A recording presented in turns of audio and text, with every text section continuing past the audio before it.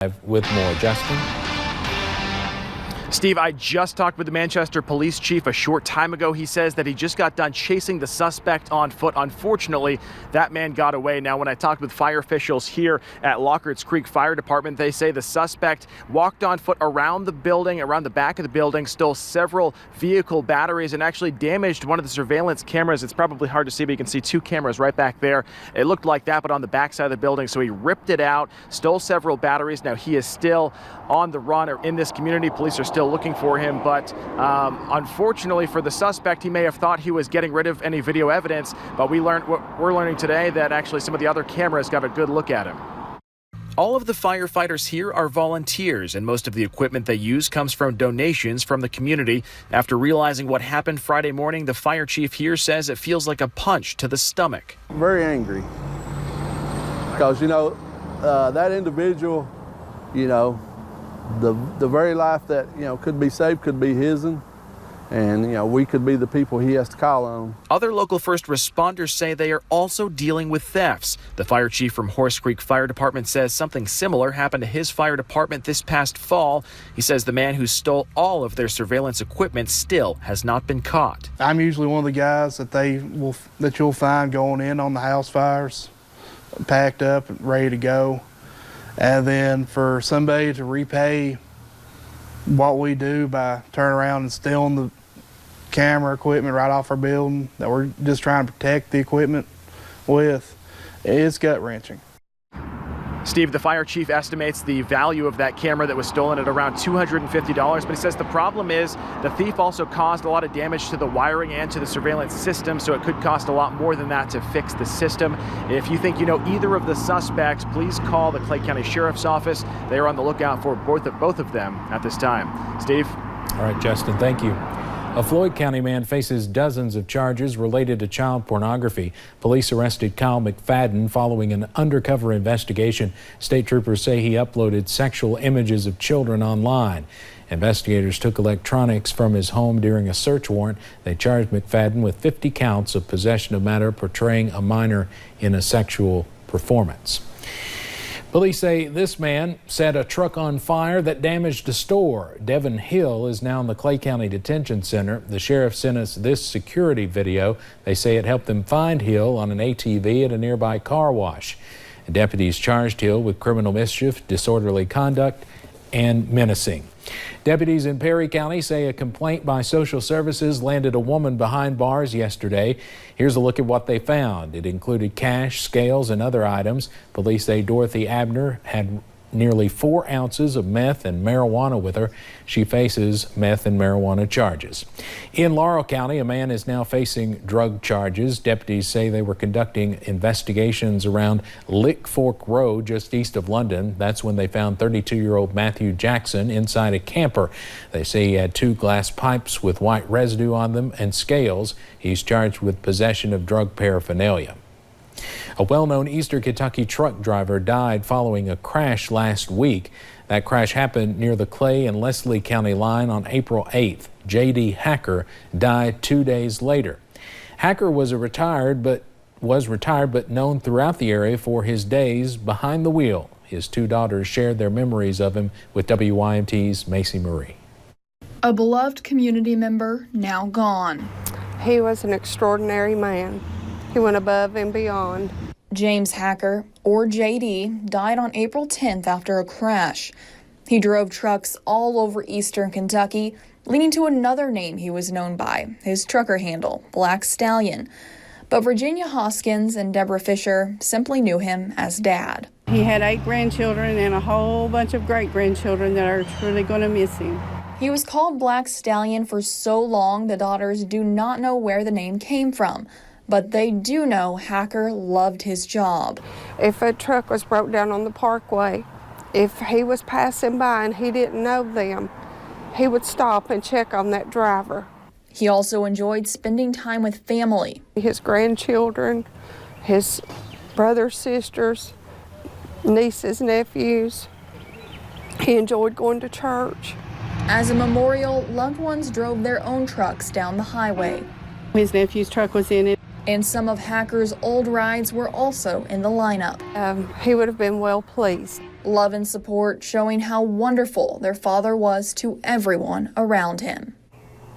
Hacker was 85 years old. The family says more than 800 people showed up to his funeral. And Steve, charges are pending against the other driver in that crash, Alfred Francis. Kentucky State Police say Francis is being treated at UK and they believe he might have been on drugs at the time of the crash. All right, Macy, thank you. A Pike County man federal investigators say went on a multi-state robbery spree will enter a plea next month. The case is being tried in federal court in southern Florida. Here's the man agents arrested. His name is Jason Lee Robinson. Police say he robbed 7 banks in several states, including one in Miami. They caught him in Colorado. Robinson does have a history of bank robberies. His arraignment is set for May 9th. Good news today. In a missing persons case, family members reached out to let us know they found Tony Lee Hinkle. We told you about him last week. He went missing sometime in March. Eventually, his cousin says they found him in a Lexington homeless shelter. Well, it's been a soggy day here in the mountains, but we are seeing a break now. We're even seeing a break in those clouds. We're seeing it outside of our front porch here at WYMT. A little bit of that blue peeking out. Don't get used to it because we have more rain on the way as we head to those evening and overnight hours. But we're also seeing that much of the same story on our Stonecrest cam over into Prestonsburg. A little bit of sunshine and blue there as well. That'll help us get a few storms this afternoon, or really as we head into the later evening hours. But like I said, not expecting any of that to be severe. Maybe a few rumbles of thunder. You'll notice on satellite and radar really over the past 6 hours or so, we've seen the bulk of those showers really get out of here, moving just to our east. And now we're seeing that second line really starting to pop up across I-75. So that's moving through Laurel County right now, moving out of Whitley into Knox County, Rockcastle County into Johnson County, a little bit moving into Estill and Powell. So that'll continue to make its way into our area. You'll notice rain out to the west too, down in just south of Louisville over into the Bowling Green area. That's going to make its way as we head into those overnight hours. You'll notice where that front is right now as well, kind of stalling out over our area. We're seeing those mid to upper 60s across some areas in Hazard, 68, 62 Prestonsburg, 60 in Pikeville, but those upper 40s to lower 50s are definitely on the way. Temperature change about 15 degrees cooler than we were at this time yesterday. We're showing those 20 to 30 degrees cooler. That is on the way as we head into the overnight hours. We'll have that full forecast for you guys coming up in just a little bit. Steve. All right. Thank you very much, Paige. Today, U.S. regulators approved the first generic version of Narcan. That drug reverses opioid overdoses. Israel's Teva Pharmaceuticals will produce the new naloxone spray. However, they have not released a price yet. Currently, someone can buy a pack of 2 Narcan nasal sprays for about $130 to $150 over the counter without insurance. More than 47,600 Americans died of opioid overdoses in 2017. Kentucky ranks 5th in that list.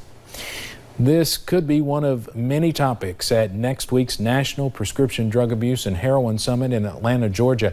Yesterday, we learned President Trump will speak Wednesday afternoon at 1 o'clock. The summit runs Monday through Thursday. We will have a reporter there all week. Coverage begins Monday night at 6.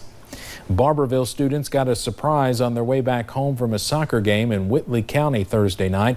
WYMT's Hannah Reynolds talks to students about what they say scared them until they found out what it was that struck their bus. I didn't know what had happened, really. It came as quite the shock last night. I could hear the windshield shatter. Some middle schoolers and their bus driver just trying to make it home. Our bus driver left Whitley County High School, and when he got out on the main road, it went about 500 yards. That is when something stopped them in their tracks. I didn't know where we were, so I thought we were like beside a mountain, so I thought a rock fell. I heard a big bang, and I looked out the back window for some reason, and there was feathers flying everywhere. A turkey flew directly into the windshield. Luckily, not in the driver's view. If it would have flew right at his face, I mean, you're talking scars, and he might not have been able to hold it on the road. Crews spent Friday replacing the bus's windshield, and staff say they're just glad nothing worse happened. With what happened, this is the best that could have ended up, just having to replace a windshield. Staff say no one at the bus received any injuries, just shooken up from what will likely be the memory of a lifetime. In Barberville, Hannah Reynolds, WYMT Mountain News. Crews working on the windshield say the turkey caused about $1,500 worth of damage. It's unclear if the turkey survived. State wildlife officials want to warn you about bears tonight. They ask you not to feed bears or other animals. This is the time of year bears become more active in parts of Kentucky. Folks with Fish and Wildlife also say you should not leave trash in containers that bears can get into. Officials are forced to euthanize a few bears each year because they presented a potential danger to the public after being fed by humans. Attorney General Andy Beshear wants to expand gambling in the Commonwealth. The money would go to fund public pension systems. He wants to legalize casino gambling and sports betting. Beshear is one of several Democrats running for governor. Two of his rivals are taking shots at his proposal. State Representative Rocky Adkins says it's an unrealistic proposal that can't pass the Republican-led legislature. Adam Eland says it's an irresponsible gamble since past proposals have failed. The primary election is May 21st. And a quick reminder, if you want to vote in the primary but have not registered, time is quickly running out. Monday will mark the final day. Now, you can register and even make changes to your registration at govoteky.com or just by visiting your local county clerk's office. Attorney General and Secretary of State are two other top ticket races this year. And those soggy conditions continue as we head into the overnight hours and into your Saturday as well. But what about that Easter Sunday forecast? Well, it looks like sunshine returns. I'll have those details for you coming up in just a few short minutes. But first, it is, of course, Good Friday, and we will take you to the Harlan Way of the Cross service.